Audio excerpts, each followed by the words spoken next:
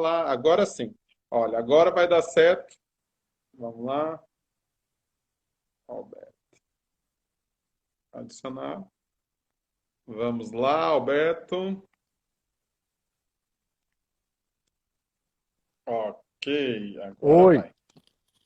oi, Emerson. Agora estamos te ouvindo, Alberto. Eu não sei o que é que aconteceu, porque eu estava usando o celular normalmente e todo mundo estava me escutando. Mas, enfim, tive que desligar e reiniciar o celular. Não, Uma sem boa noite. problemas. Fica tranquilo. Nós estamos ao vivo, é isso mesmo, né? A Globo é assim mesmo. É, não tem jeito, como que fala, de não, né, ter esse tipo de imprevisto. Mas vamos lá. É, Gostaria, né, um como diz, imenso prazer como tê-lo, diz a. recebê-lo, né, aqui para falar, né, lógico que um pouco resumidamente, porque a gente tem um monte de pergunta, né? Muita gente perguntou muita coisa, quer saber, tá todo mundo aqui na expectativa. Então, assim, Normal. Alberto, fale um pouco da Glamour, fale um pouco da sua experiência e fique à vontade. Seja muito bem-vindo à nossa casa. Muito obrigado. Começar por dar boa noite ou boa tarde para vocês aí e agradecer à equipe da Escultur e ao Anderson o prazer de estar compartilhando um pouquinho esse país, esse destino tão importante e tão conhecido para todos nós brasileiros, porque acreditem, mesmo com esse sotaque, eu sou carioca, né? Então, queria agradecer a audiência de vocês. Como o Anderson, para quem não conhece, o meu nome é Alberto Costa, eu sou diretor-geral da Glamour, que é uma operadora que tem sede aqui em Portugal, mas nós operamos em Espanha, França, Alemanha, Áustria e fazemos o circuito dos países do leste europeu. Então, hoje, vou tentar, nesses curtos minutos, fazer aqui uma prensagem de 900 anos de história, 857 anos de história de um país que muitas vezes é conhecido pelo nome, mas às vezes não em detalhe, né? Então, há muita gente que já veio em Portugal em outras ocasiões e costuma dizer aos nossos guias: puxa, mas nunca ninguém tinha me trazido aqui, nunca me tinham explicado isso, nunca tinha comido isso, né? Então, é um pouquinho aquilo que eu vou tentar fazer com vocês hoje, fazer vocês decolarem do sofá e fazerem um tour por Portugal. Então estejam à vontade. Aqui nós estamos, são, eu acho que 3 horas de diferença, né, Alberto? Que é 4. 4 horas, 19h43 aqui. Então, assim, eu queria que também você comentasse um pouco como está Portugal. Eu acho que todo mundo que está aqui na live quer saber como que está Portugal é, nessa situação, como que estão as fronteiras, como está tudo, né? E eu Isso. acredito que foi aberto aí para a União Europeia. Como que está sendo essa retomada? Olha, eu vou dividir a resposta em duas partes. Ok. Uma para explicar porque é que Portugal, assim como outros países, a Áustria, a Alemanha, estão tão bem nesta fase em comparação com outros, naturalmente. Porque acho que teve dois fatores que fizeram a grande diferença. E eu estava chegando da Alemanha com um grupo em fevereiro, final de fevereiro, quando todo mundo começou Sim. escutando o que vocês conhecem. E o que ocorreu quando chegamos aqui é que, mesmo antes do governo português, mesmo antes dos cientistas, do corpo técnico e dos políticos terem se juntado para saber o que é que iam fazer, as pessoas, e eu tive pessoas na família que são médicos e médicas que me ligaram e disseram: Alberto, fica em casa, manda todo mundo ficar em casa, mas não tem ventilador suficiente, não tem cama de hospital, não tem UTI. Esse cara, mas o que é que é? Não interessa, depois eu explico, fica em casa. Bom, e isso passou para a população, entendeu? Ou seja, as professoras mandaram as crianças da creche embora, os pais que puderam ficar em casa ficaram, quem teve possibilidade de dar férias antecipadas ao pessoal, estávamos em março, né? As férias aqui normalmente são agora, agosto, julho e agosto. Fizeram tomaram essa atitude. Por outro lado, Isso foi um dos aspectos, ou seja, a população se antecipou ao governo. A outra característica foi o fato do presidente da República e o primeiro-ministro, chefe do governo, terem se juntado com a oposição, com todos os líderes da oposição, e resolveram enterrar o machado de guerra durante este período. Então, disseram, olha, primeiro a gente vai resolver essa tal de pandemia, a gente vai ver o que é que vai ser possível fazer, e depois a gente briga, como normalmente a gente costuma fazer, né?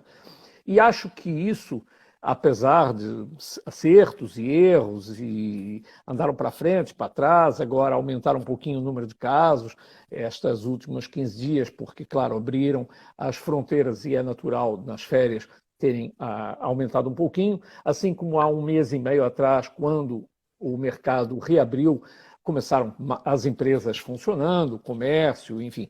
Então, houve um pequeno aumento, já baixou, agora nos últimos 15 dias houve mais um pouquinho de aumento, mas está tudo perfeitamente previsto. Então, para responder à sua pergunta, como é que Portugal está? As fronteiras internas da União Europeia já estão abertas, então todos esses turistas que estão chegando agora a Portugal, sobretudo ingleses, nórdicos, enfim, por causa do sol que nós temos aqui, mesmo os imigrantes portugueses que estão na Suíça, na França, na Alemanha, estão obviamente agora aqui, você nota até pela placa dos carros, né? Você nota quem é o turista, mas as fronteiras externas da União Europeia é uma decisão que vai ser tomada em conjunto em Bruxelas. Então é normal que deixem passar, que nós estamos sentindo, vão deixar passar um pouquinho esse período agora de férias europeias e muito provavelmente aí a final de setembro, início de outubro, vão, como é lógico, começar reabrindo as fronteiras europeias. Ou seja, as fronteiras externas, né? As internas já estão abertas. Excelente. Isso eu acho que todo mundo está ansioso, né? Não vê a hora. O brasileiro gosta muito de Portugal, então, da Europa em geral, né? Isso vai nos ajudar bastante aí. Eu gostaria também que a gente iniciasse, né? Falando, né? Tem noivas aqui, tem gente que está querendo casar. Então, assim, como que é casar em Portugal? Quais os principais destinos, né? Que são interessantes para as noivas e, claro, para os convidados? Claro. Olha, Portugal é um país riquíssimo nesse aspecto.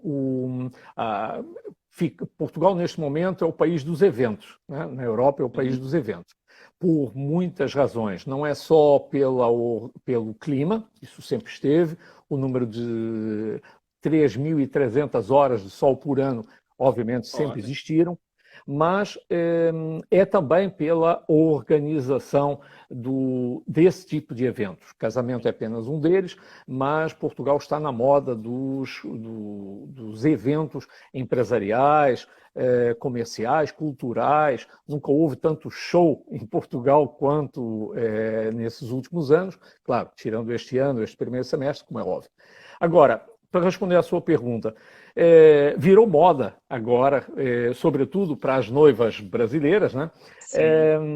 Virem casar a Portugal. É um destino muito variado, nós temos apoiado e feito vários desses eventos, normalmente sempre de mão dada com a wedding planner e normalmente com os noivos, ou pelo menos a noiva, né? Porque há decisões que, obviamente, têm que ser tomadas por eles. Nós estamos apenas entramos com a parte logística, né, de apoio. Mas, para responder à sua questão, Portugal tem uma diversidade enorme de eventos para praticamente todas as carteiras, todos os orçamentos, né?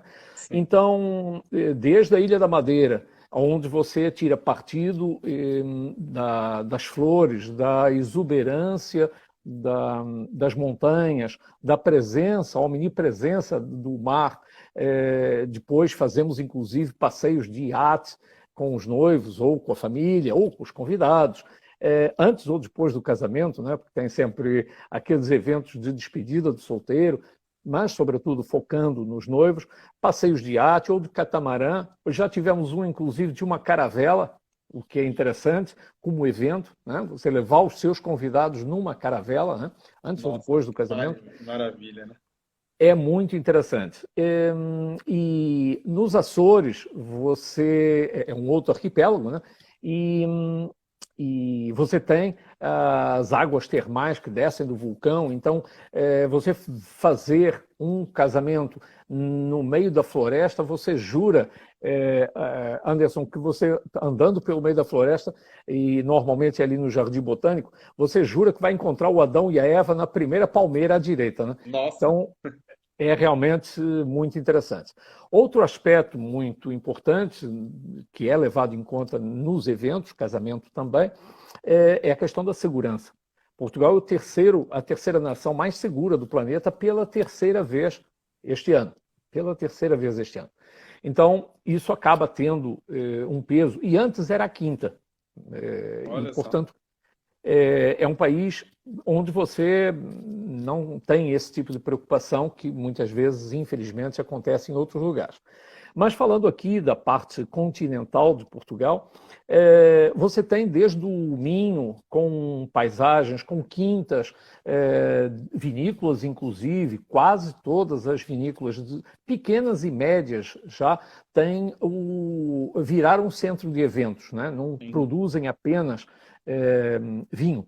Então, já é normal nós fazermos, por exemplo, levarmos os noivos de charrete. Temos, inclusive, uma carruagem exatamente igual à da Cinderela, igualzinho. Se você viu o filme, é exatamente igual.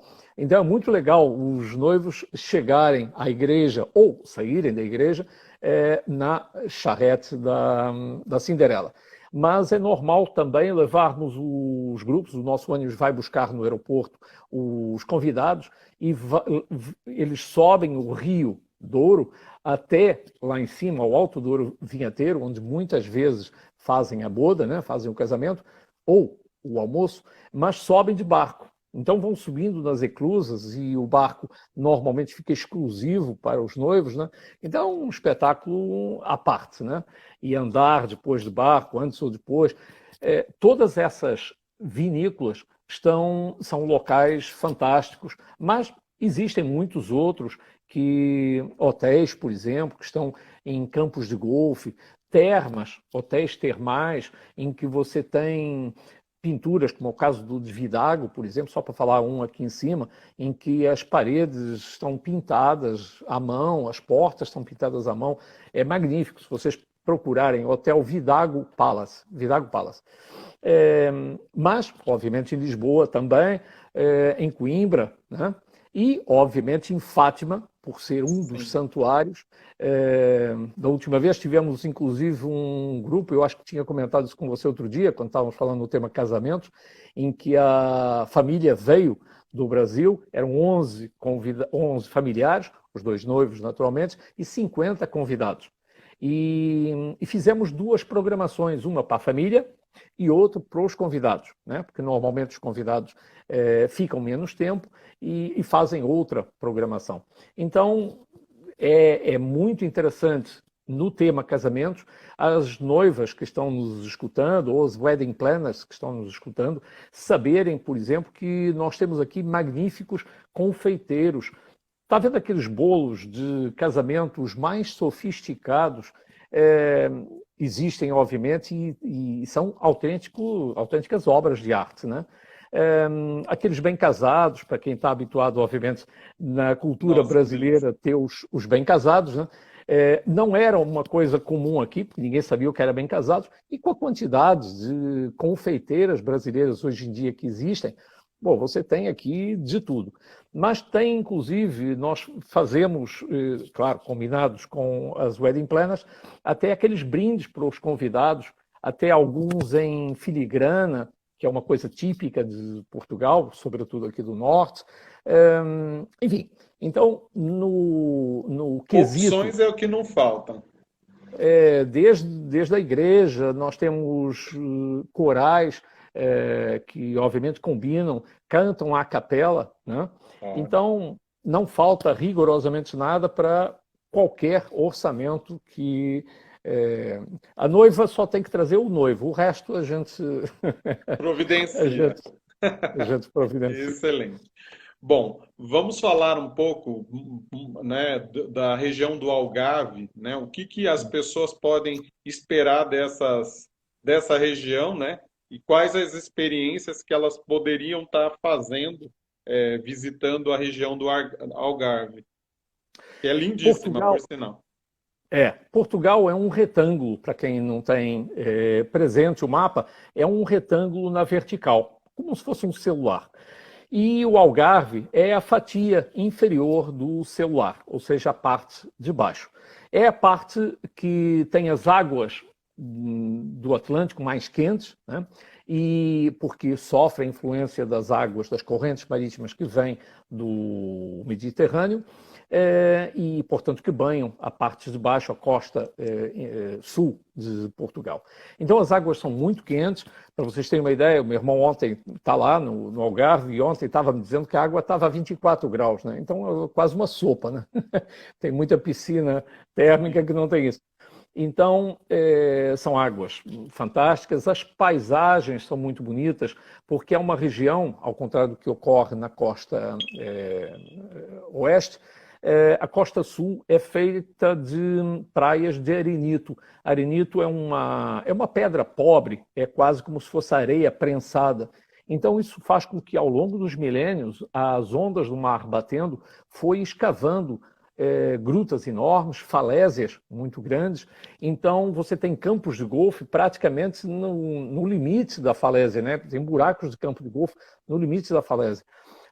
É uma região de condomínios fechados fantásticos, marinas fantásticas, como é o caso de Vila Moura.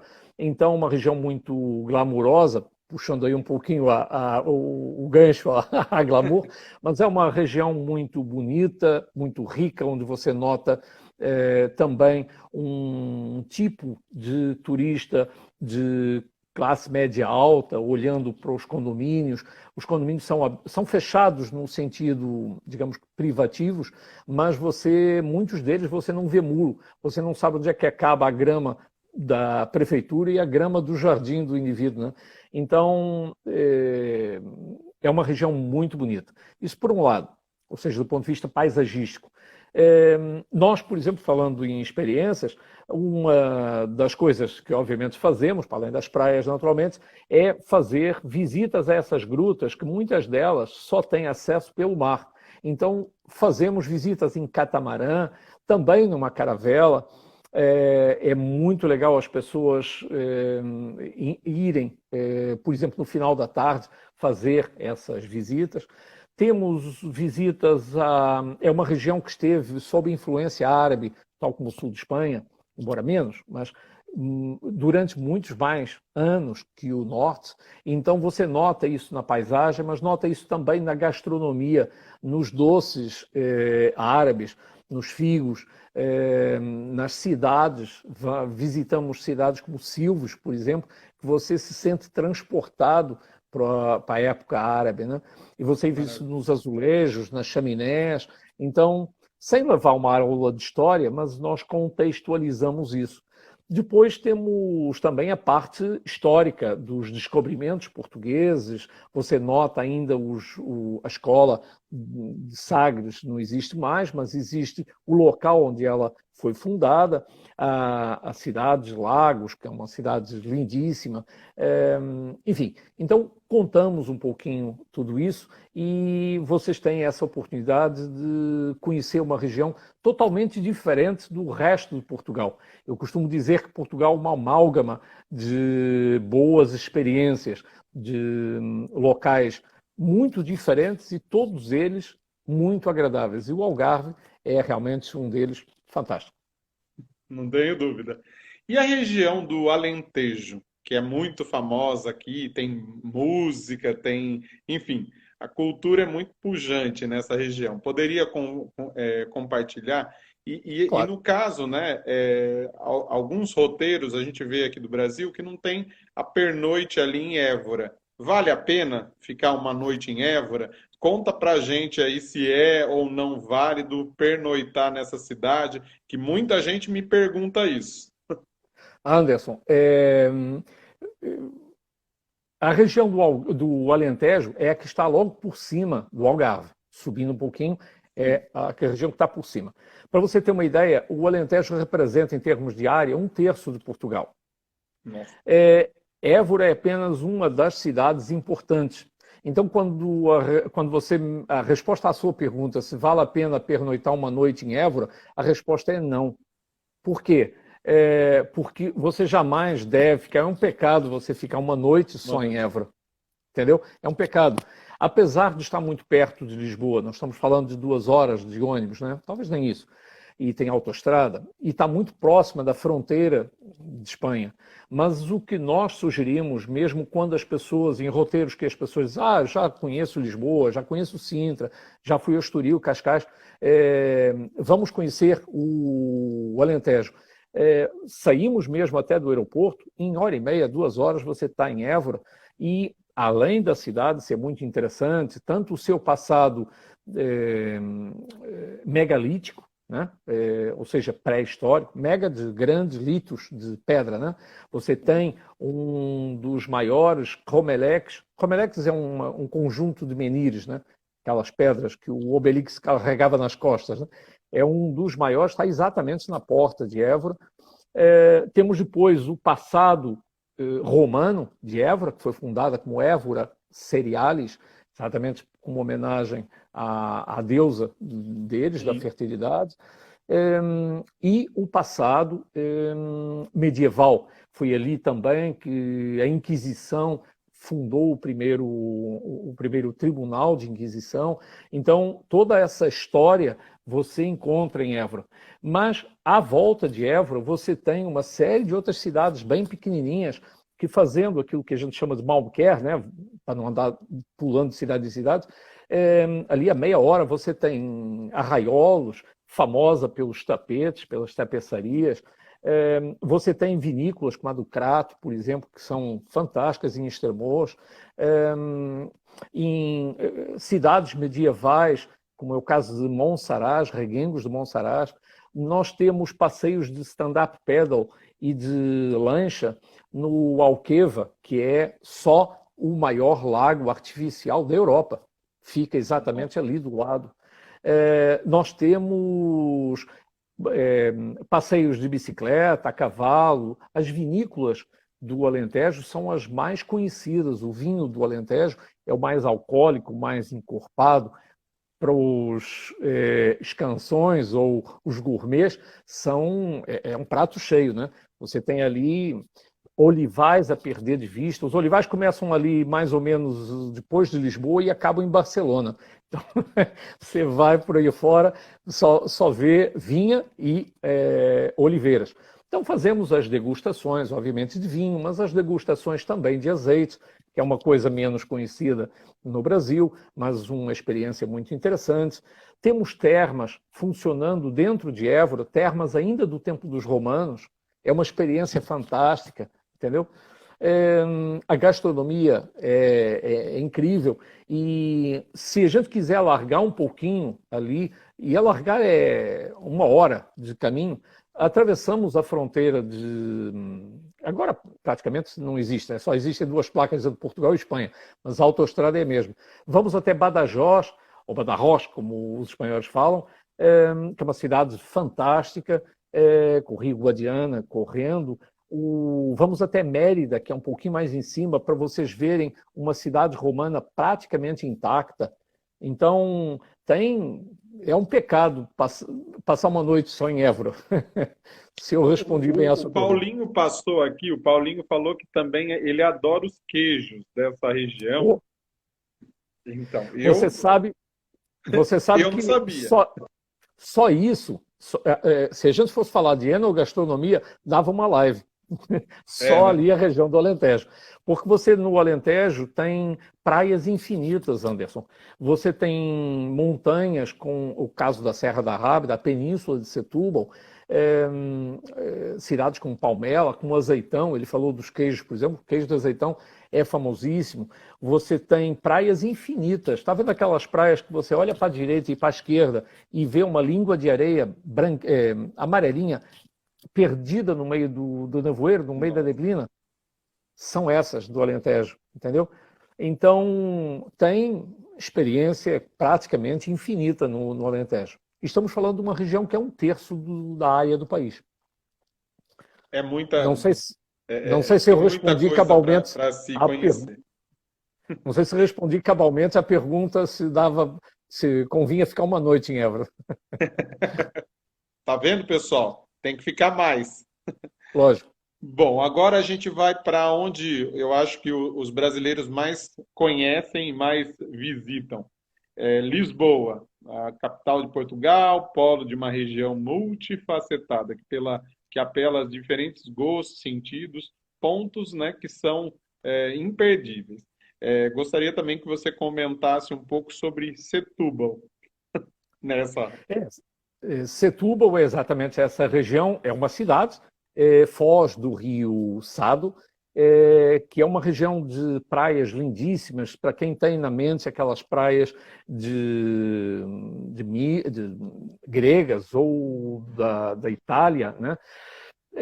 Com águas verde cor de esmeralda, nós temos exatamente isso ali, em Setúbal. Nós fazemos passeios de barco no Rio Sado para as pessoas verem os golfinhos entrando do mar, subindo o rio.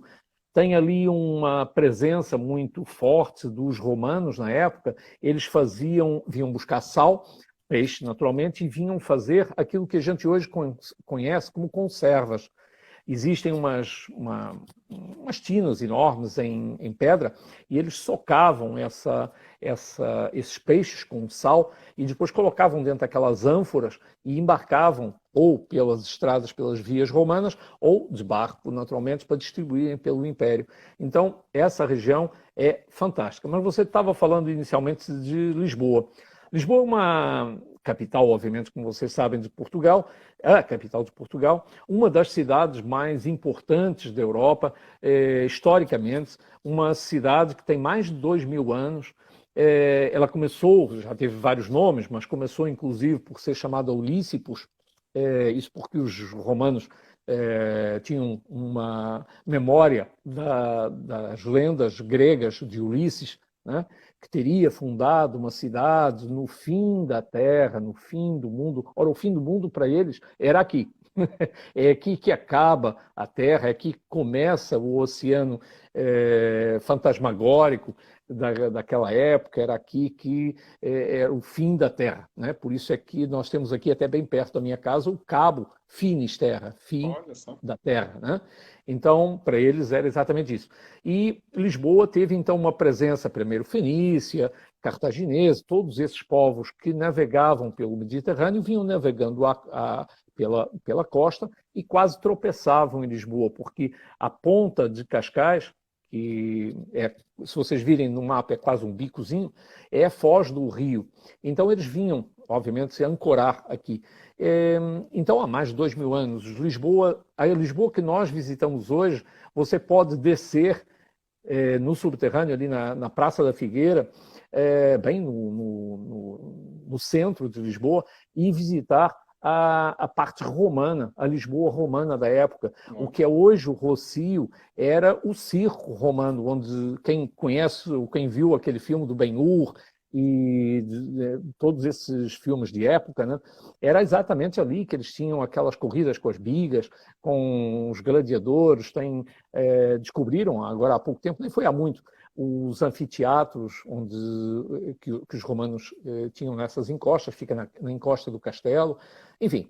E visitamos uma cidade carregada de história árabe, judia ou judaica e, obviamente, cristã também. Então, praticamente, os nossos guias dividem a visita a Lisboa em duas partes. A Lisboa histórica, monumental, aquela que tem a Torre de Belém, o Palácio da Ajuda, enfim, o Mosteiro de Jerônimos, vão ali comer os pastéis de Belém e tal. A parte monumental, a parte do centro também, toda da chamada Baixa Pombalina, que foi reconstruída depois do terremoto de 1 de novembro de 1755, e depois a Lisboa moderna, de arquitetura arrojada, que foi palco da exposição de 1998 na chamada no Parque das Nações. Então vocês vão ver obras grandiosas de arquitetos não só portugueses, mas famosos a nível internacional, como o caso do Calatrava e de outros, que deram um show nessa. Então nós mostramos essas duas Lisboas, né? E claro, à volta de Lisboa, mais uma vez, esse Malmequer faz com que a gente vá visitar Queluz, Palácio Real de Queluz, onde nasceu e morreu o nosso Dom Pedro II, o nosso Dom Pedro I. Vamos visitar Mafra, vocês vão ver um palácio imenso, um convento imenso, uma igreja imensa também, totalmente feita em mármore, tudo é em mármore, e mármores lindíssimos desta região. Vamos visitar a Ericeira, que é uma cidade até próxima de Mafra, local que faz parte do circuito de surf, para quem está ligado à área, conhece a Ericeira. Vamos visitar Cascais, Estoril, o famoso Cassino do Estoril, uma região glamurosa que você jura que está no Mônaco, né? Aliás, moram muitos dos reis, ou ex-reis, ex-monarcas europeus, sempre que perdiam o poder, vinham para Portugal. E, segundo as más línguas, o próximo a vir é o ex-rei de Espanha. Veio novamente morar no Estoril. É uma região que a gente chama de Riviera Portuguesa, porque a estrada que liga Cascais e Estoril a Lisboa, que nós sempre vimos por ela, que em vez de vir pela autoestrada, vamos por ali, é, a meu ver, das estradas, das paisagens mais bonitas que Portugal tem. Então, Lisboa é um pouquinho disso tudo, de modernidade, mas também de história, com 2000 anos de cultura, de pintura, de arquitetura, de literatura. Não precisamos ir muito longe para ir visitar aonde Camões ficou preso, numa das muitas aventuras amorosas que ele se meteu. Vamos visitar locais onde Fernando Pessoa escreveu, onde fazia tertúlias contra o governo. Pouca gente sabe que ele era um grande astrólogo, mas era também um publicitário. A primeira publicidade que ele fez foi para a Coca-Cola. Esse painel publicitário ainda existe até hoje. Então, é uma região... Está vendo? Nós poderíamos ficar aqui falando de Lisboa mais uma live. Com certeza. Bom, a região centro de Portugal, podemos destacar aí Fátima, né, e o seu santuário. É uma experiência única para os católicos. Coimbra e Aveiro. Poderia compartilhar um pouco dessa região?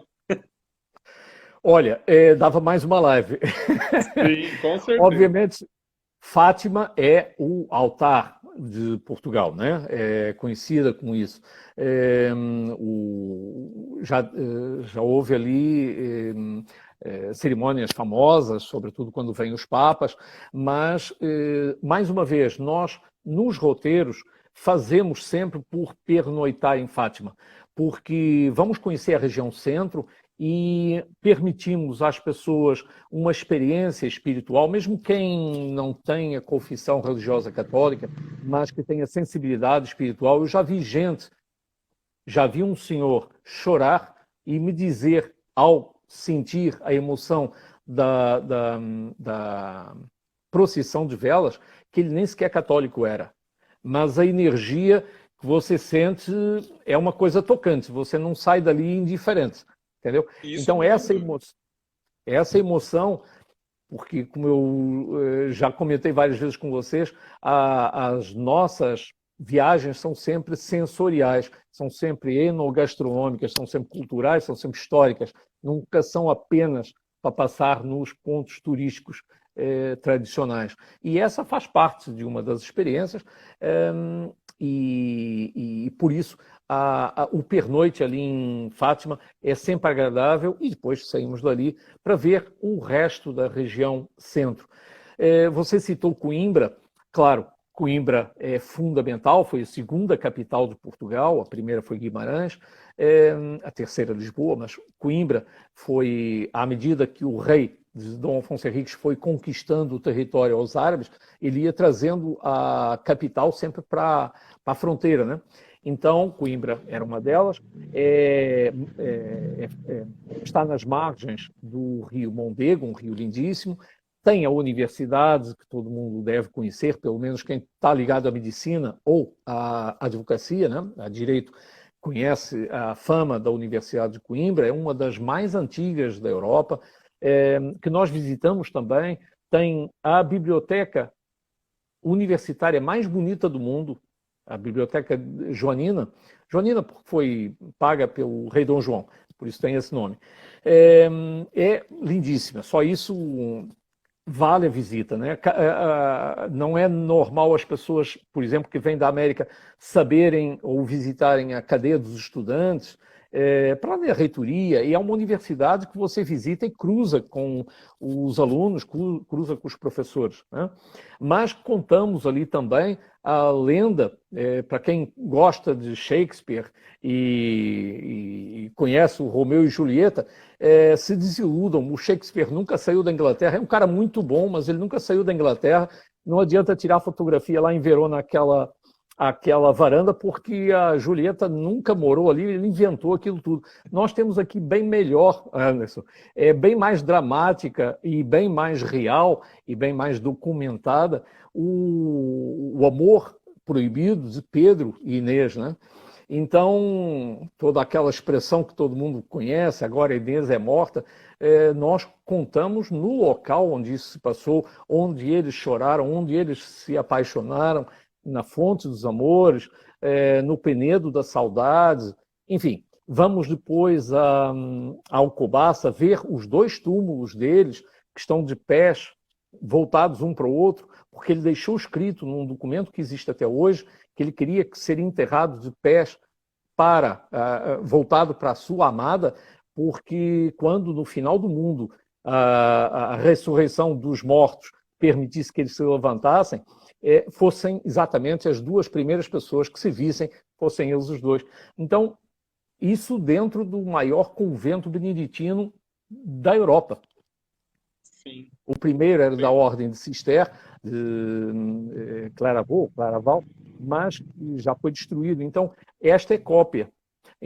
Então, a região centro é muito rica nesses monumentos, rica, vocês devem conhecer, pelo menos de história, a cidade de Tomar, que fica bem ali do lado de Fátima, que nós visitamos, que era a sede da Ordem dos Templários em Portugal, que durou, foi a única que durou, elas desapareceram em toda a Europa, mas em Portugal perduraram, e nós vamos visitar exatamente esse passado, que conta sempre, está sempre no imaginário das pessoas, das lendas e tal. Nós vamos visitar. Vamos almoçar num restaurante medieval em que as pessoas se vestem com as vestes medievais. Você toma vinho em copo de madeira. É muito legal porque a gente faz a imersão no local, entendeu? Mas você falou de queijo, temos ali a Serra da Estrela, para visitar o famoso queijo da Serra, chama-se queijo da Serra exatamente por causa disso. Vamos visitar Belmonte, que foi onde Pedro Álvares Cabral nasceu. Vamos visitar a casa dele, as judiarias de toda essa região. Então, é uma região muito rica. Você falou de Aveiro, vamos andar de barco. Aqui não se chamam gôndolas, né? Gôndolas é em Veneza, mas aqui chamam de moliceiro, e vamos passear nos canais da cidade de moliceiro, né? Vamos ver uma das fábricas, sobretudo para as senhoras que conhecem a fábrica de porcelana Vista Alegre, vamos visitar essa fábrica também, mas vamos visitar vinícolas em catacumbas de 1,5 km no fundo da terra, descendo sempre, e ao mesmo tempo que você tem espumantes e vinho e aguardentes armazenado ali, você tem obras de arte fantásticas que eles retiraram as garrafas para poder expor. Então, quando você acha que já desceu demais para dentro da terra, você encontra uma sala para eventos imensa, gigantesca.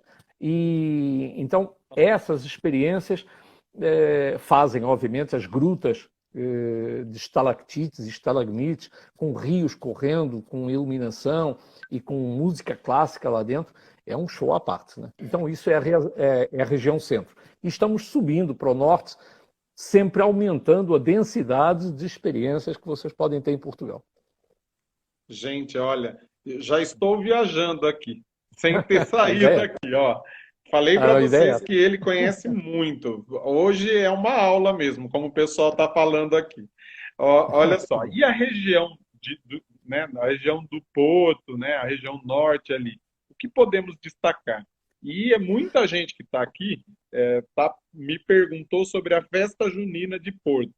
Então, se você sim. pudesse contar um pouco, eu sei que você tem muita coisa para falar, mas eu tenho ainda algumas perguntas para te fazer. Então, e eu tô no horário aqui, ó. Tô de olho, tô de olho. Eu vou procurar ser sucinto, se isso for possível. Falando do Porto, é uma cidade que tem esse nome, que deu nome a Portugal, né? Portus Cale, ou seja, o cais do Porto, foi o nome que os romanos deram a essa cidade, que deu nome a Portugal.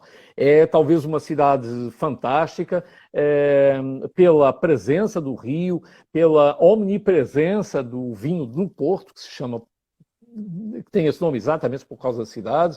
É uma região riquíssima para você visitar, não só a parte gastronômica, mas a parte dos vinhos também. Nós normalmente levamos as pessoas às caves de vinho do Porto, que ficam, por acaso, em frente ao Porto, em Vila Nova de Gaia. Fazemos o cruzeiro do Rio Douro, levamos as pessoas na época da vindima, final de setembro, início de outubro, para pisar a uva lá em cima no Alto Douro vinheteiro. Então, a região, a cidade, a festa da cidade, tem muitas, né? Mas a festa da cidade é o São João, né? A festa junina. Então, a cidade lota. Anderson, você não anda nas cidades, não anda, porque todas as ruas ficam exatamente como a gente tem no Nordeste, aquelas bandeirinhas, você imagina isso na cidade inteira, em que os donos das casas mais humildes vêm para a porta, colocam uma tábua, a senhora está lá dentro assando sardinhas, a filha está trazendo broa, o pão, o filho está servindo o vinho e o cara está recebendo isso na porta, na porta da casa. Todo mundo cantando. Eles têm uma tradição muito engraçada que é bater na cabeça dos carecas. Eu estou começando a entrar na época. Isso. Bater na cabeça dos carecas com um alho porrô, aqueles alhos grandes, né? Ou com uns martelinhos de plástico que fazem um barulhinho, então pim, pim, pim. Bom, você escuta aquilo todo lado e todo mundo, sobretudo os carecas, não levam a mal, obviamente, porque se você levar tem mil sujeitos que vão comer você. Então, é uma festa que envolve a cidade completamente, é a festa da cidade, é muito bonita e vale bem a pena. Exatamente nessa mesma semana, né? Porque aquilo não é um dia, né? O pessoal fecha para balanço ali, né? Tem exatamente a mesma coisa 40 quilômetros mais à frente, em Braga. Também se comemora muito bem o São João em Braga, né? Então são duas cidades, curiosamente, que comemoram o mesmo santo, assim como em Lisboa comemoram o Santo Antônio, no dia 12 para 13 de junho. O dia de São João é comemorado no Porto e em Braga. E Braga, aliás, a região norte, é engraçado, eu moro na região norte, né? Então a gente brinca aqui que entrou o mês de março, até o final de outubro, você só fica na dúvida de onde é que está estourando o foguete, onde é que é a festa, porque tem festa por todo lado, todo lado.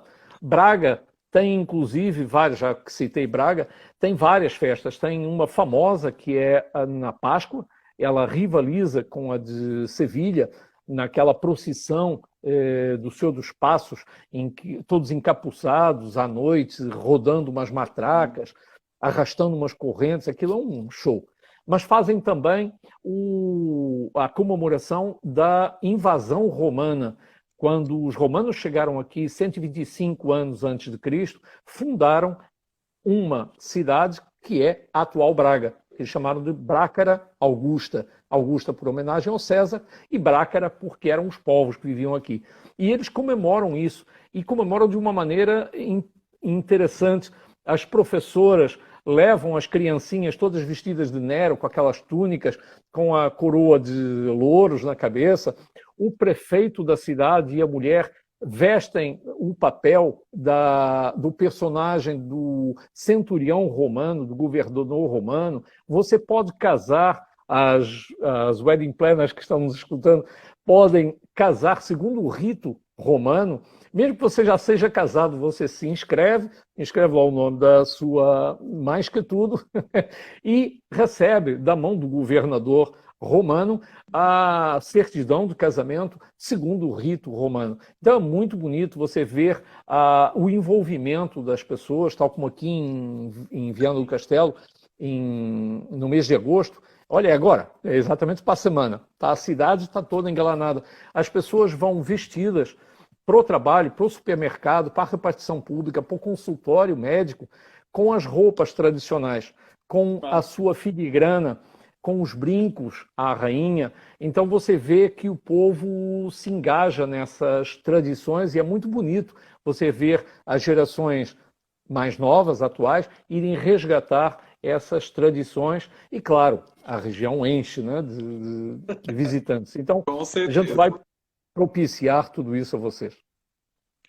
Bom,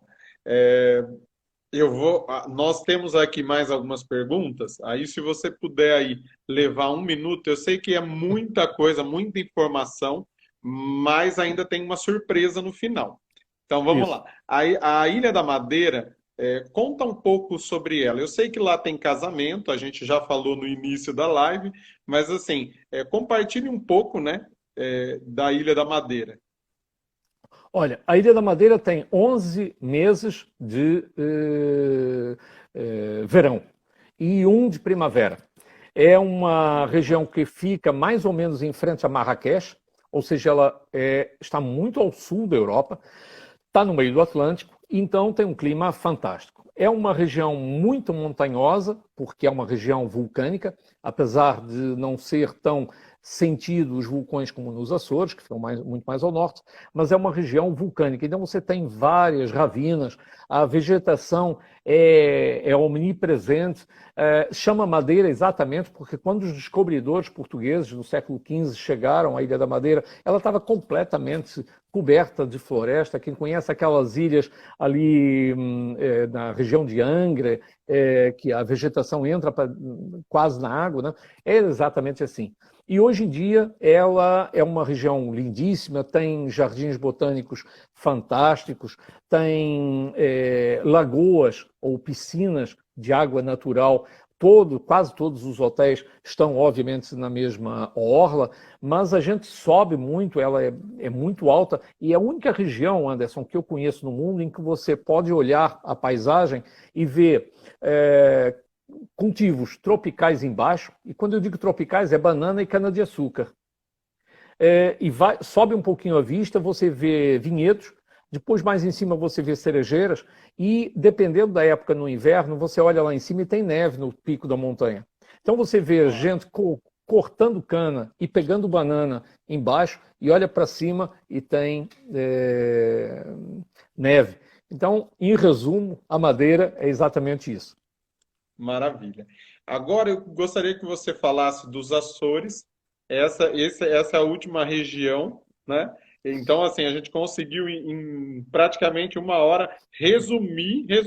Mas a gente vai fazer outras lives falando mais especificamente de cada região, algo mais personalizado, tá bom? Vamos lá. Açores.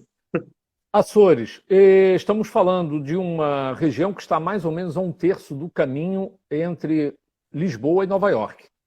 Então, se vocês procurarem no mapa, ela está bem ao norte, obviamente, da Ilha da Madeira. É uma região, todo mundo deve ouvir falar, pelo menos no boletim meteorológico, do anticiclone dos Açores. Cada vez que ele se aproxima da Europa, aqui faz bom tempo. Cada vez que o cara se afasta, vem uma frente fria da Sibéria que gela todo mundo aqui em Portugal. Então, o anticiclone dos Açores é isso. O arquipélago dos Açores é formado por 9 ilhas, com 3 agrupamentos. A mais importante, em todas elas você encontra experiências fantásticas, mas a mais importante, como é lógico, e também é maior, é a Ilha de São Miguel. Então, quando eu falei há pouco da experiência que a gente faz com os visitantes, de chegar, por exemplo, à noite, olha, vocês vão jantar e agora, quando for 10h30, quero todo mundo aqui de biquíni e de roupão, claro, mas de sunga na recepção do hotel, às 10h30 da noite. O pessoal disse, cara, o que é que a gente vai fazer de biquíni? Não interessa, vocês vão me seguir. A gente sai do hotel, entra dentro da floresta e vamos mergulhar numa lagoa de água a 40 graus, que corre diretamente do vulcão. Nós estamos na base da cratera de um vulcão. Vocês vão ver durante o dia lagoas, 2 lagoas com águas, uma muito verde, uma muito azul, e que se interceptaram. Então formam uma lagoa dupla. E então as experiências que você tem nos Açores são fantásticas. Você vai buscar o seu almoço, você vai ver o seu restaurante desenterrar um cozido que você vai comer de dentro da cratera do vulcão, entendeu? E você vai andar por cima. Então essa experiência, vocês têm a certeza, eu tenho a certeza que vocês nunca mais vão esquecer. Açores. É isso aí. Bom, gente, nós temos um curto espaço de tempo, né? Então, assim, eu gostaria de falar para o pessoal ficar atento aos stories e gostaria de me despedir. Nós temos 23 segundos, 22 agora. Alberto, se você puder fazer as suas considerações finais, desde já agradeço toda a audiência, agradeço a todos